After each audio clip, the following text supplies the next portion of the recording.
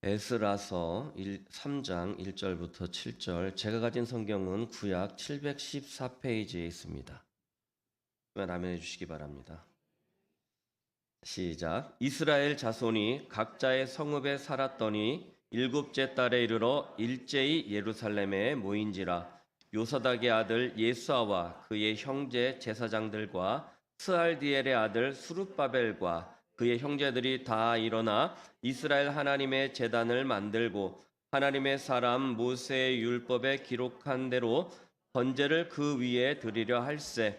우리가 모든 나라 백성을 두려워하여 제단을 그 터에 세우고 그 위에서 아침 저녁으로 여호와께 번제를 드리며 기록된 규례대로 초막절을 지켜 번제를 매일 정수대로 날마다 드리고 그 후에는 항상 드리는 번제와 초하루와 여호와의 모든 거룩한 절기의 번제와 사람이 여호와께 기쁘게 드리는 예물을 드리되 일곱째 달 초하루부터 비로소 여호와께 번제를 드렸으나 그때 여호와의 성전 지대는 미쳐놓지 못한지라. 이에 석수와 목수에게 돈을 주고 또 시돈 사람과 두롯 사람에게 먹을 것과 마실 것과 기름을 주고 바사왕 고레스의 명령대로 백향목을 레바논에서 욥바 해변까지 운송하게 하였더라. 아멘. 오늘 말씀의 제목은 우리가 회복해야 할 것입니다. 영화 십계를 보신 분들이 계실 겁니다. 십계가 한 번 또 한 번 이제 디지털로 다시 이제 리메이크되어서 나온 적도 있었는데, 어쨌든 그 십계를 보면 그 웅장함과 장엄한 스케일에 놀라게 되죠. 그런데 오늘 우리가 읽은 이 에스라와 느헤미야는 느헤미야도 그 내용이 정말로 웅장함과 장엄한 그런 서사를 그리고 있습니다. 에스라서와 느헤미야는 원래 한 권이었습니다. 후대의 내용적인 면으로 이렇게 나누어서 에스라서와 느헤미야로 보고 있는 것입니다. 그래서 에스라에서 주인공은 에스라가 나오고 그다음에 느헤미야에서 주인공은 느헤미야가 이제 나오게 되지요. 그런데 이 두 성경의 주제는 회복입니다. 뭐라고요? 특히 무너진 예루살렘 성전의 재건을 담고 있습니다. 하나님께서 세상에 많은 그런 민족들 가운데 특별히 이스라엘을 선택하셨죠. 그리고 그들과 언약을 맺으시고 이 백성들이 언약을 잘 지키면 무엇을 주신다고요? 축복을 주시기로 하셨습니다. 그것이 하나님과 이스라엘 백성들 간의 언약이었습니다. 자, 그런데 이스라엘 백성들은 어떻게 하죠? 그 언약의 말씀을 지키지 않고 우상을 숭배하고 악을 행하고 맙니다. 그래서 하나님은 이들이 돌아오기를 바라시면서 때로는 선지자들로 책망을 하시고 또 때로는 이웃 나라들을 들어서 치시기도 하시고 때로는 천재지변 등 많은 또 질병 등으로 채찍질하시고 그들이 돌아오기를 원하셨습니다. 하지만 그들은 결국 하나님께로 돌아오지 않았고 하나님과의 언약을 저버리고 범죄하고 배역하게 됩니다. 그래서 북이스라엘은 아수르에게, 남유다는 바벨론에게 멸망당하는 그러한 아주 엄청난 일을 당하게 되지요. 그리고 아시다시피 많은 사람들이 바벨론 왕의 느부갓네살 왕에게 이제 포로로 잡혀가죠. 그래서 다니엘서에 나오는 다니엘이나 그 친구들도 다 누구에게 잡혀갔었어요? 느부갓네살 왕에게 잡혀갔죠. 그래서 이 시대적인 사건들이 다 동시대에 나타났던 사건들이다라는 것을 아시면 되겠습니다. 자, 이제 정세는 바벨론에서 이제 바사로 넘어가게 됩니다. 그러니까 지금 말하는 페르시아죠. 그래서 바벨론이 몰락하면서 바사는 바벨론의 노예로 잡혀있던 유대인들까지 전쟁의 전리품으로 끌어안게 됩니다. 그러니까 이스라엘은 하나님의 언약을 지키지 않고 말씀을 지키지 않고 배역하는 바람에 어떻게 돼요? 멸망당하고 포로로 끌려가서 아수르에게, 바벨론에게, 그리고 나중에는 바사 즉 페르시아에게까지 이렇게 노예로 끌려다니게 되지요. 자, 그럼에도 하나님은 여전히 이스라엘 백성을 어떻게 하셔요? 사랑하십니다.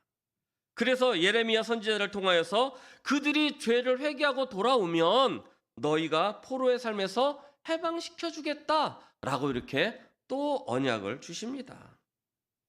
여러분, 우리가 주님 앞에 돌아오면 하나님께서 우리를 회복시켜 주실 줄 믿습니다. 그리고 해방과 회복을 약속한 그 이스라엘 백성들이 하나님께로 돌아오는 것이 바로 오늘 에스라서에 있는 내용입니다. 그래서 우리는 이스라엘의 회복의 서막을 올리는 이 에스라서 3장의 말씀을 통해서 그들이 회복한 것은 무엇인가 살펴보고 그것을 우리의 삶에 적용하면서 그 해방과 회복의 역사와 그 은혜를 발견하고 체험하는 시간을 갖도록 하겠습니다. 자, 첫 번째 그들이 회복한 것은 모임이었습니다. 무엇을 회복했다고요? 네, 모임입니다. 교제라는 이야기지요. 자, 1절을 다시 보시면 이스라엘 자손이 각자의 성읍에 살았더니 7째 달에 이르러 일제히 예루살렘에 모였다라고 이렇게 성경은 기록하고 있습니다. 여러분, 지금 상황을 비추어 봤을 때는 정말 꿈 같은 이야기죠. 며칠 전 한국하고 이란하고 축구를 했어요. 그렇죠? 네. 저희는 그때 심야 기도회였기 때문에 보지를 못했어요. 그래서 그 다음날 아침에 하이라이트를 보게 되었는데 손 선수가 골을 딱 넣는 장면이 나오더라고요. 근데 갑자기 관중석에서 함성이 우와 하고 터지는 거예요. 깜짝 놀라서 보니까 관중석에 관중이 어떻게 했어요?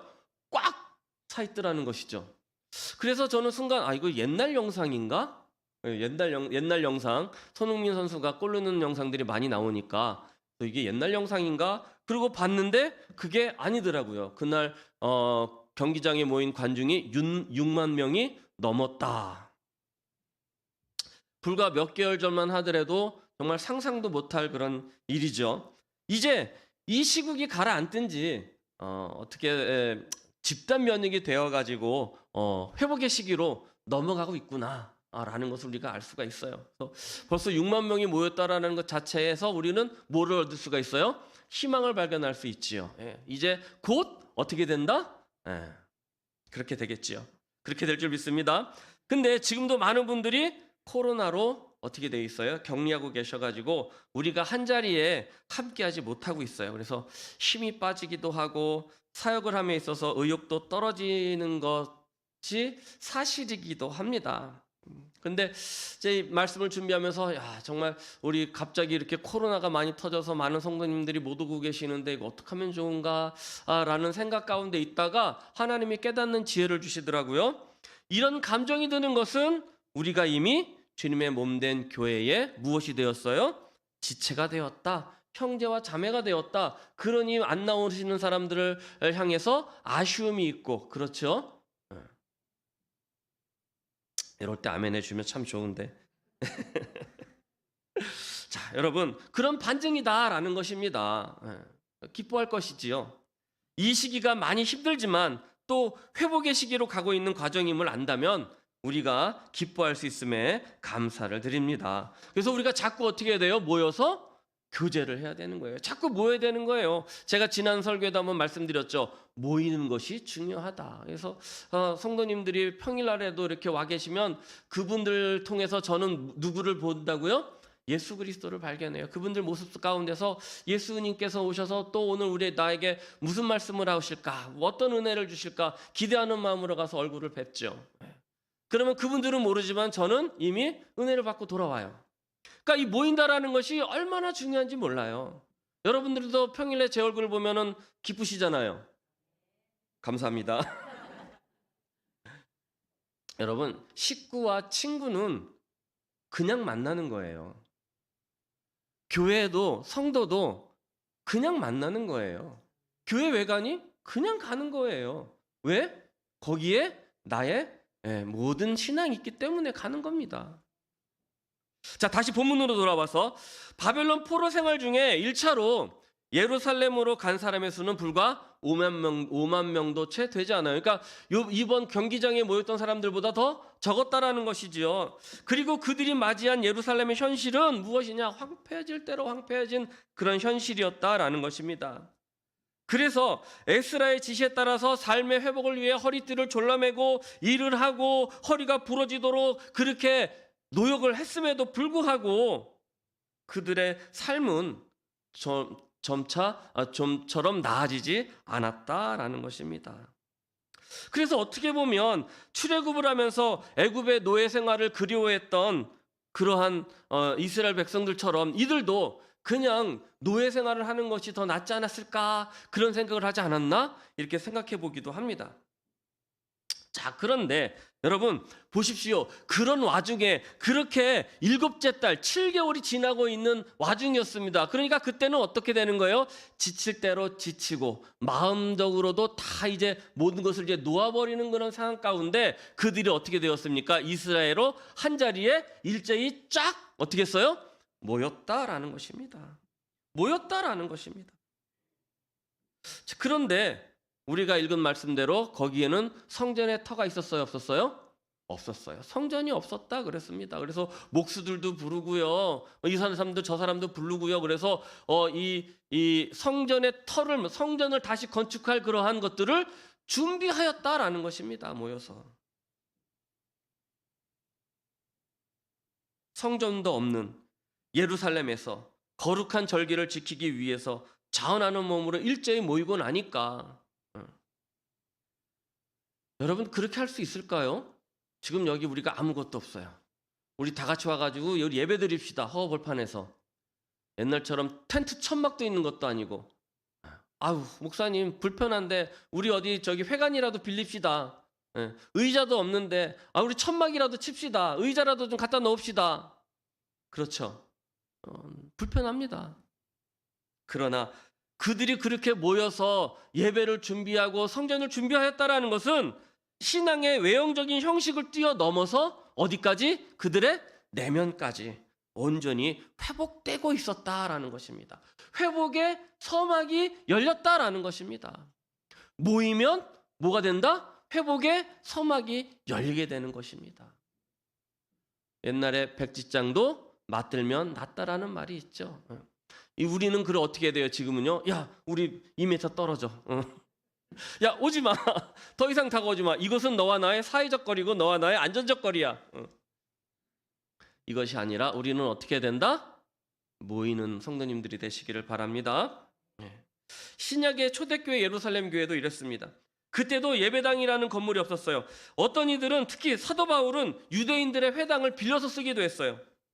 그래서 핍박도 심했고 환난도 많았습니다. 그러나 누가 강요한 것도 아님에도 수많은 사람들이 와서 예배를 드리고 하나님의 말씀을 강론한 것을 우리가 신약을 통해서 많이 볼 수가 있죠. 사도행전 2장에 가서 46장 47절에 보니까 뭐라 그러고 무슨 말씀을 해주십니까? 날마다 마음을 같이하여 성전에 모이기를 힘쓰고 집에서 떡을 떼고 기쁨과 순전한 마음으로 음식을 먹고 하나님을 찬미하며 온 백성에게 칭송을 받으니 주께서 구원받은 사람을 날마다 어떻게 하셨어요? 더하게 하셨다라고 말씀합니다. 바로 이렇게 모이기를 힘쓰는 모습이 무엇의 시작이에요? 예배의 시작이다. 바로 회복의 시작이다. 바로 에클레시아, 구원받은 자들의 모임이다라는 것입니다. 교회의 시작이 되었다라는 것입니다. 기독교인들이 재미있는 그런 현상 중에 하나가 있는데 여러분 뭔지 아십니까? 범죄하고 타락하면요 하나님을 멀리하게 돼요. 교회를 빠지게 되더라고요. 괜히 남들은 모르는데 자기 자격지심에. 그런데 반면에 은혜를 받고 하나님과의 관계가 어떻게 되면 회복되면 예배에 참석을 하고 교회에 나오더라는 것입니다. 나와가지고 한 번 더 이렇게 나 나왔어 하고 이렇게 얼굴을 한 번 더 들이밀어 넣지요. 무엇입니까? 무슨 증거입니까? 나의 신앙생활의 근간과 원천은 어디에 있다? 모임이야. 교회에 있다라는 것입니다. 그러므로 우리가 무엇보다 최우선적으로 회복해야 될 것은 무엇입니까? 이스라엘 백성들처럼 하나님 앞에 어떻게 하는 마음으로? 자원하는 마음으로 모이기를 사모하고 모이기에 힘쓰는 그런 성도님들이 되시기를 바랍니다. 회복의 서막이 열리기 시작했다. 믿으십시오. 자, 그 다음에 예배에 회복을 하였다라는 것입니다. 2절 말씀을 보십시오. 요사닥의 아들 예수아와 그의 형제 제사장들과 스알디엘의 아들 스룹바벨과 그의 형제들이 다 일어나 이스라엘 하나님의 제단을 만들고 하나님의 사람 모세의 율법에 기록한 대로 번제를 그 위에 드리려 할세라고 기록합니다. 여러분, 이들이 포로로 끌려간 지가 70년이 넘었습니다. 70년 하면은요 한 세대 반이에요. 한 세대 반. 성전도 무너져 버렸어요. 형체도 없었어요. 그러니까는 그 윗대에서 가르쳐주지 아니하였다면 예배를 어떻게 드리는지조차 잃어버렸을 만한 그러한 때예요. 우리 교포들 1.5세들 한국말 잘 못하는 사람들 많이 있잖아요. 그랬어요 하는 사람들 있죠. 예. 여러분 그거와 마찬가지예요. 그런 사람들이 모여가지고 예배를 드리려고 하는데 벌써 여기에 보니까 사람들이 제사장들도 모아놓고 선별을 해놓고 그 형제들이 와가지고 하나님의 제단도 만들어 놓고 모세율법에 기록한 대로 예배를 제단을 쌓아서 예배를 드리기 시작했다라는 것입니다. 예배를 회복했다라는 것이지요. 4절에 보니까 기록된 규례대로 초막절을 지켜 번제를 매일 정수대로 날마다 드렸다. 그러니까 거룩한 절기에 모였다라는 그 절기가 바로 초막절인 것을 알 수가 있지요. 이제 우리도 절기가 시작되었어요. 그렇죠? 이 사순절기 가운데 말씀 축제가 시작됩니다. 이 축제에 대한 처음 기대와는 달리 지금은 우리가 그 기세가 한풀 어떻게 됐어요? 꺾였어요. 그 원인 중에 하나가 코로나지요. 많은 교우들이 정말로 안타깝게도 확진돼서 격리에 들어가 계십니다. 강사님을 초대해 놓고 그것도 첫 시간부터 여간 힘든 것이 아닙니다. 순서를 맡으신 분들도 못 나오니 행사를 진행하는 입장에서 여간 불편합니다. 이래저래 소식을 들으신 성도님들 마음 또한 불편하기 마찬가지죠. 한 주 미루자고 할까? 지금 순서를 바꿀까? 다른 교회는 다른 것들도 안 한다는데 이왕 넘어진 거 그냥 쉬었다 갈까?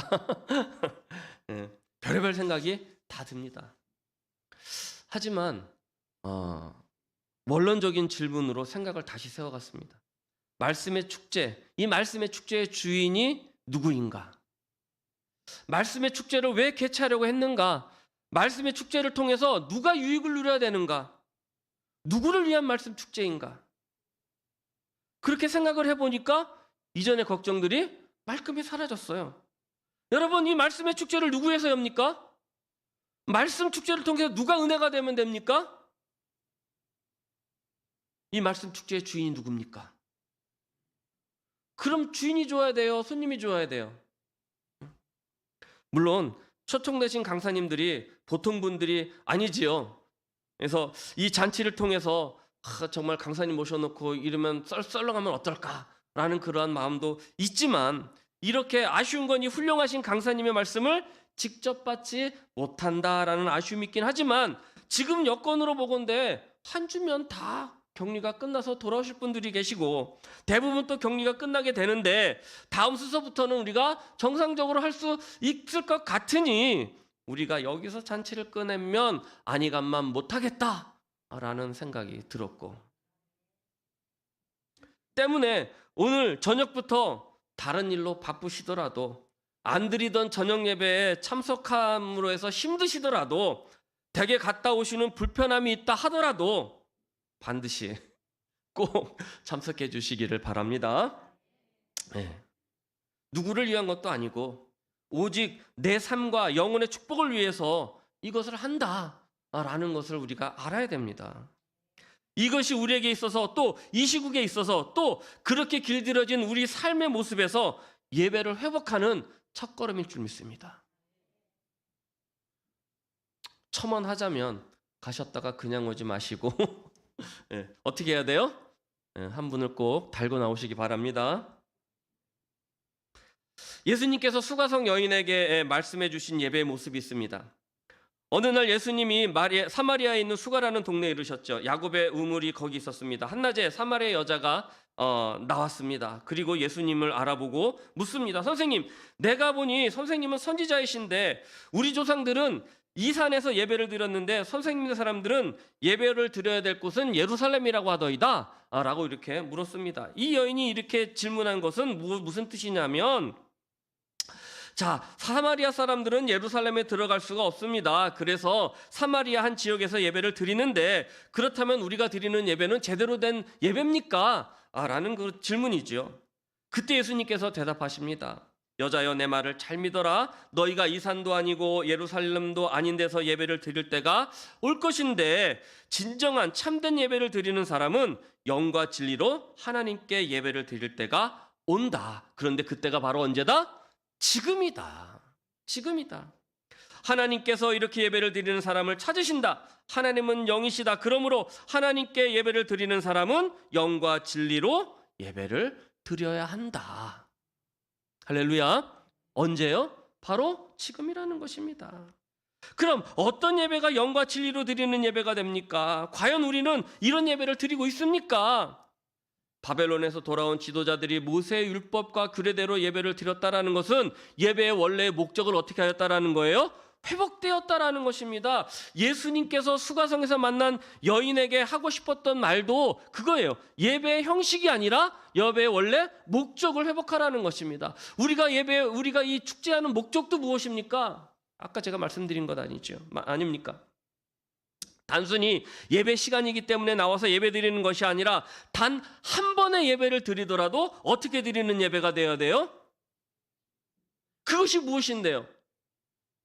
사모하는 심령, 갈망하는 마음, 정말로 하나님을 만나고자 하는 그러한 애틋함을 가지고 드리는 예배가 영과 진정으로 드리는 예배가 되는 줄 믿으시기를 바랍니다. 우리한테 그러한 마음이 있어야 됩니다. 우리에게도 그런 예배의 회복이 일어나야 됩니다. 예배 드릴 때 감기 깊고 예배 드릴 때 은혜를 체험하고 예배 드릴 때 역사가 살아나는 그런 예배가 회복되기를 주님의 이름으로 축원을 드립니다. 그 다음에 세 번째, 그렇게 되면 기쁨이 회복됩니다. 성전 건축은 예나 지금이나 힘들고 어려운 일입니다. 저는 가는 교회마다 건축을 하는 교회로 하나님께서 보내주셨어요. 처음 교육전도사로 사역할 때는 판자촌 교회로 갔어요. 그래서 막 예배 드리는데 막 큰 추 달린 차가 와가지고 막 예배당을 막 부셨어요. 예배 드리는데. 그리고 인천에서는 상가 건물에서 건축하는 교회로 나갔고요. 첫 부목사로 섬길 때는 담임 목사님 이름으로 건축이 힘들게 되었어요. 그래서 제가 서류상 담임으로 2년간 제가 건축을 담당을 했었어요. 또 직전교회에서는 지교회를 세웠어요. 시골교회에 원로 목사님이 은퇴하시고 모이는 분들이 없어서 그냥 풀이 우거진 교회가 매입을 해서 그 교회를 지교회로 세울 때 풀을 깎고 모든 것을 정리하고 페인트 칠하고 의자 들여놓고 하는 것들을 제가 다 했어요. 그래서 여기 이사 올 때 그 남았던 그 성물들을 제가 가지고 갔잖아요. 거기 채워놓은 거예요. 그래가지고 어쨌든 논산에서도 이렇게 또 왔었고요. 그냥 이러한 사역들을 몇 마디로 줄이자니까 여러분들은 그냥 들으시겠지만 마냥 쉬운 일이 아니죠. 여러분 잘 아시잖아요. 그런데 그 힘든 일을 겪으면서 제가 느낀 그런 점이 있어요. 그래서 그게 저한테는 굉장히 은혜가 되었었는데 그 사역을 할 때 찐이 되면 뭐가 되면요? 네, 요즘 유행하는 말이잖아요. 찐이 되면 힘들고 부쳐도 내 영이 기뻐하고 즐거워하더라는 것입니다. 신앙생활이 쉽고 편하면 좋겠지만 때로는 가시밭 길이고 또 힘들고 어려운 길입니다. 그런데 그 길을 가면서도 기쁘고 즐겁고 행복합니다. 정말 이상하지요? 아이러니합니다. 그런데 그 이상하고 아이러니한 기쁨이 나에게 은혜가 되더라는 것입니다. 이런 은혜와 기쁨이 여러분에도 있기를 원합니다. 우리 성원교회 성도님들도 정말 큰 일을 감당하고 계십니다. 이 아름다운 교회를 건축하게 하시고 많은 이들이 찾아와가지고 하나님의 성전의 아름다움을 보고 즐거움과 쉼을 나눌 수 있게 하심이 얼마나 감사한 일입니까? 저는 그거 하나만 보더라도 너무 감사해요. 막 많은 사람들이 와서 본당 보고 아름답다, 성전 보고 아름답다 하고 막 이런 것도 있네. 얼마나 감사해요. 하나님 영광 받으시는 일이잖아요. 여러분 이 즐거움과 기쁨을 찐으로 누리시기를 바랍니다. 12절 13절에는 사람들이 너무 좋은 나머지 대성통곡하는 사람들도 있었고 기쁨의 소리를 치는 사람도 있었다라고 말씀하셨습니다. 한마디로 기쁨이 회복된 것입니다. 우리도 신앙생활 중에서 기쁨이 회복되어져야 됩니다. 힘이 드는 중에도 기쁨이 넘쳐야 됩니다. 어려운 중에도 감사가 넘쳐야 됩니다. 이 이상하고 아이러니한 사건이 여러분 안에서 일어나기를 바랍니다. 오늘 우리에게 필요한 신앙은 기쁨이 회복된 신앙인 줄 믿습니다. 사랑하는 성도 여러분, 우리가 살아가는 세상은 어디를 가도 참된 기쁨과 평안은 없습니다. 그런 세상에서 예수님을 믿고 교회에 다닌다고 해서 육체를 가진 우리에게 걱정이나 근심이 없겠습니까? 우리가 진정한 기쁨을 누리기를 원한다면 오늘 본문에서 이스라엘 백성들이 회복해야 됐던 것들을 회복해야 될 줄 믿습니다. 먼저 모임이 회복되어져야 됩니다. 그리스도 안에서의 참된 교제라고 했습니다. 이 교제가 바로 예배의 시작입니다. 그러면 뭐가 회복돼요? 예배가 회복됩니다. 회복된 예배는 하나님께서 기뻐 받으시지요. 하나님께서 기뻐 받으시는 예배는 우리에게 응답으로 화답됩니다. 이 응답은 모든 문제를 해결하는 키가 되는 것입니다. 우리의 막힌 모든 문제들이 회복되니 기쁨이 회복되고 감사가 넘치게 되는 것입니다. 할렐루야. 이 기쁨과 감사 그리고 참 평안의 삶을 회복하시고 누리시기를 우리 주 예수의 이름으로 축원을 드립니다.